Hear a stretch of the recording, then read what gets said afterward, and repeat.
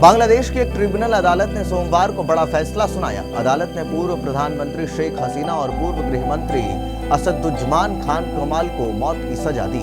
यह सजा उन्हें 2024 के जुलाई-अगस्त के बीच हुए छात्र आंदोलन के दौरान मानवता के खिलाफ अपराधों के लिए दी गई है। हालांकि इस केस में तीसरे आरोपी और पूर्व पुलिस प्रमुख चौधरी अब्दुल्ला अल मासूम की मौत की सजा नहीं दी गई है।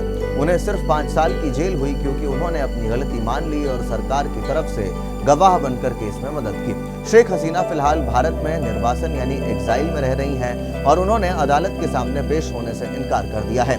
वहीं असदुज्जमान खान भी फरार है, लेकिन अल मासूम इस वक्त जेल में है। चौधरी अब्दुल्ला अल मामूम ने अदालत में अपनी गलती मान ली थी और कहा था कि वे सरकार की ओर से गवाह बनना चाहते हैं। जुलाई में इंटरनेशनल क्राइम ट्रिब्यूनल 1 ने उनकी याचिका मान ली थी और उन्हें सरकारी गवाह बनने की इजाजत दे दी गई थी।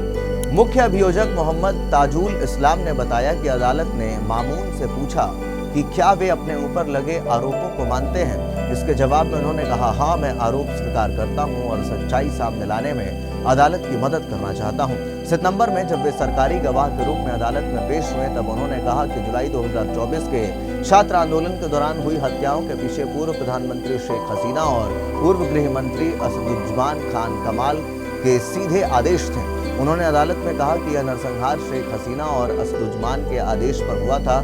कृपया मुझे माफ कर दीजिए। मामून ने देश और पीड़ितों के परिवारों से औपचारिक रूप से माफी मांगी। 2024 के जुलाई आंदोलन में जिन छात्रों और प्रदर्शनकारियों की जान गई, उनके परिवार मामून को मिली सिर्फ 5 साल की सजा से गुस्से में है। एक पीड़ित परिवार के सदस्य ने स्थानीय मीडिया समाचार चैनल से कहा, हसीना और असदुज्जमान को तो फांसी मिली, लेकिन मामून जिनसे हमारे बच्चों पर हेलीकॉप्टर से गोली चलाई, उसे सिर्फ 5 साल की जेल, यह सजा नहीं है। बीएनपी यानी बांग्लादेश नेशनलिस्ट पार्टी के नेता और उस आंदोलन के प्रमुख छात्र नेता मीर सिंघदो ने कहा कि वे मामून की सजा के खिलाफ अपील करेंगे। उन्होंने कहा, हम चाहते हैं कि मामून के लिए कम से कम उम्र कैद की सजा हो। 5 साल बहुत कम है। उन्होंने एक टीवी चैनल से कहा, हम मामून की 5 साल की सजा के खिलाफ अपील करेंगे। या तो उम्र कैद होनी चाहिए या फिर सख्त सजा।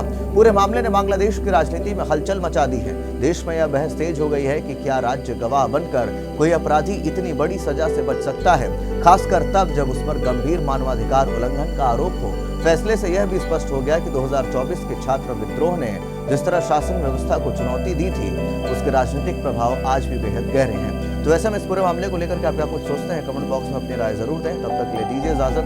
धन्यवाद।